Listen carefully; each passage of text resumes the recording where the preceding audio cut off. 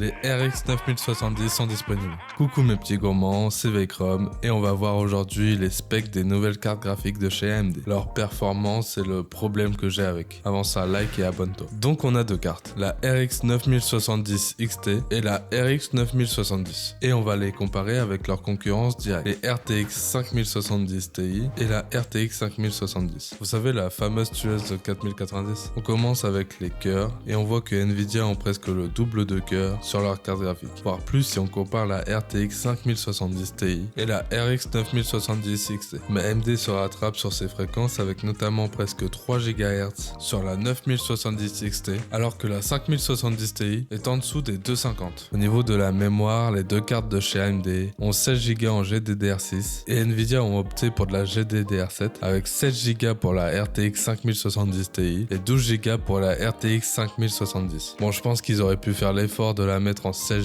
Go, mais ils ont juste eu la flemme. Et il faut bien justifier l'écart de prix entre les deux cartes. Toutes nos cartes sont équipées d'un bus mémoire de 256 bits, sauf la 5070 où notre vilain petit canard est à 192 bits. Et là, Nvidia est supérieur sur la vitesse de sa mémoire avec 28 Gb comparé à 20 avec les cartes de chez AMD. Mais aussi dans la bande passante où la RTX 5070 Ti possède 896 Go, 672 pour la RTX 5070 et nos deux cartes de chez AMD ont 640 Go. Au niveau TDP, les 4 cartes sont assez similaires. Juste si on compare la RX 9070 face à la 5070, on voit qu'on a 30 watts de différence du côté d'AMD. C'est là où ça devient intéressant, on va parler des prix. Donc on retrouve une 5070 Ti à environ 749 $, contre 599 $ pour la RX 9700 XT. À savoir que c'est des prix hors taxe et une RX 9700 XT en France, on la retrouvera dans les 700 €. On a le même prix pour la RX 9700 et la 5070, donc des tarifs très intéressants de la part d'AMD,